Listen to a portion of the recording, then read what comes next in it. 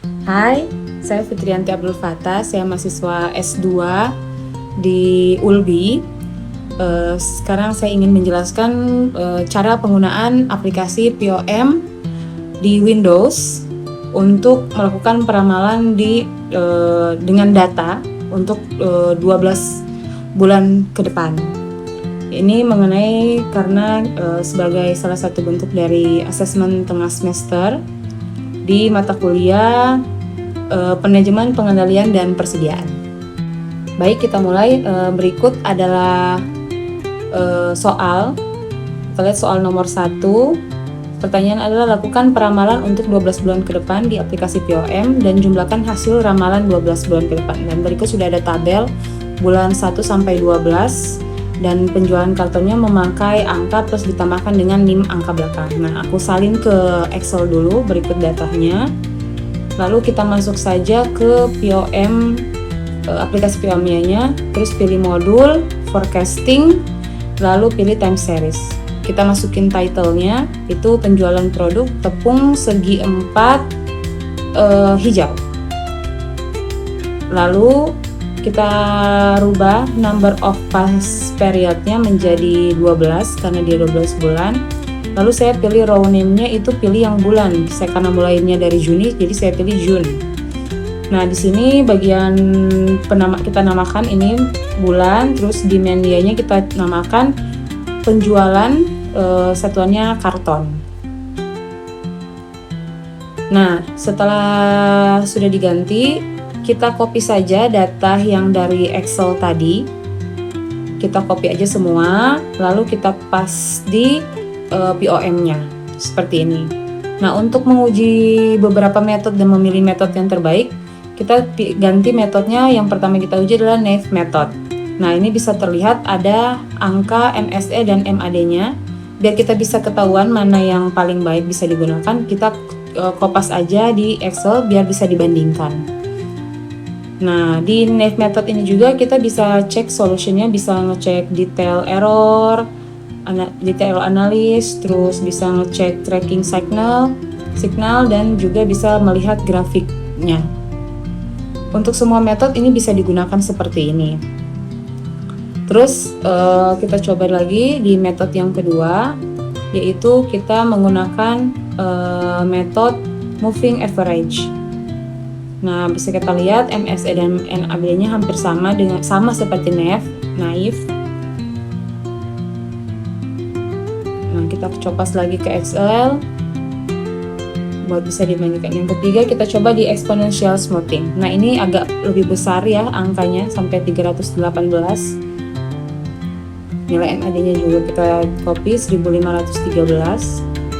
Nah, yang terakhir kita coba pakai yang trend analysis. Ini kalau dilihat angka MSE dan MAD-nya lebih rendah. Ini karena komanya komanya hilang, jadi saya munculkan dulu komanya biar ketahuan satuan angkanya berapa. Nah, setelah dimunculkan ternyata bisa dilihat yang paling kecil MSE dan MAD-nya dari metode trend analysis. Jadi yang terbaik adalah menggunakan metode trend analysis. Nah, itu untuk menjawab jawaban nomor 1. Ya, sudah bisa terlihat di Excel ini. Terus yang kedua, kita menjawab di soal nomor 2, yaitu jumlahkan hasil ramalan 12 bulan ke depan.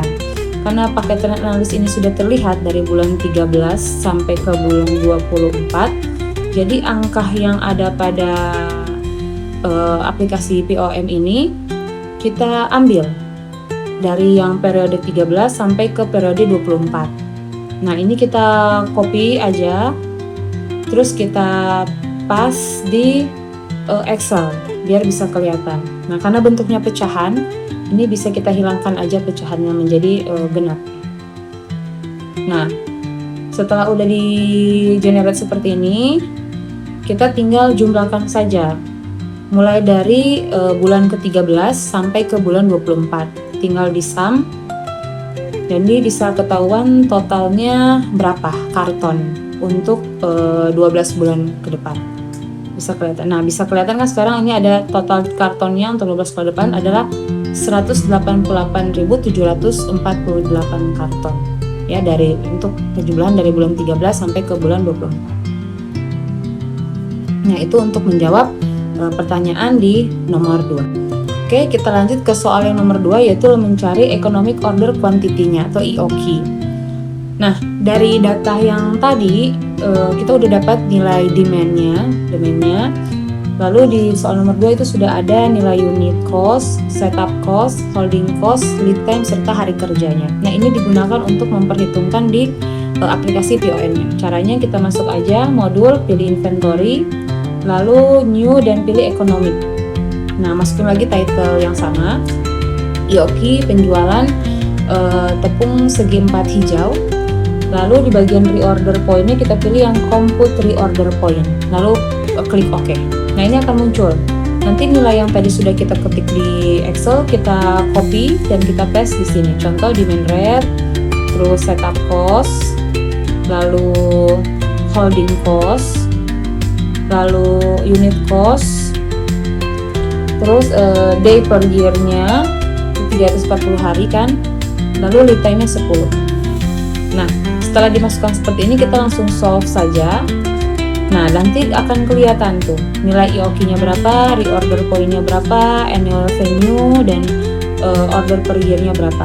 Nah, biar lebih enak ini kita masukkan ke Excel, jadi biar menjawab pertanyaan-pertanyaan di soal nomor 2. Nah, ini biar lebih jelas saya sniping dulu dan kita masukin ke Excel. Jadi kita tinggal ketik, nggak bolak-balik. Ya, seperti ini. Bisa dilihat, kita copy terus paste, kita kecilkan dulu. Jadi agar bisa terlihat lebih jelas ya. Oke. Nah, ini sudah kelihatan. Nah, tinggal reorder point-nya kita tulis ada 5.551,41 unit ya. Lalu order per periode dalam 1 tahun itu ada 25,96. Terus the annual cost-nya itu 45.412030.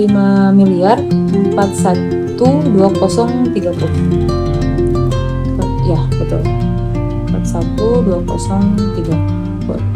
Nah, yang terakhir adalah gambar grafik EOQ. Ini caranya kita klik lagi solution, lalu kita pilih cost curve.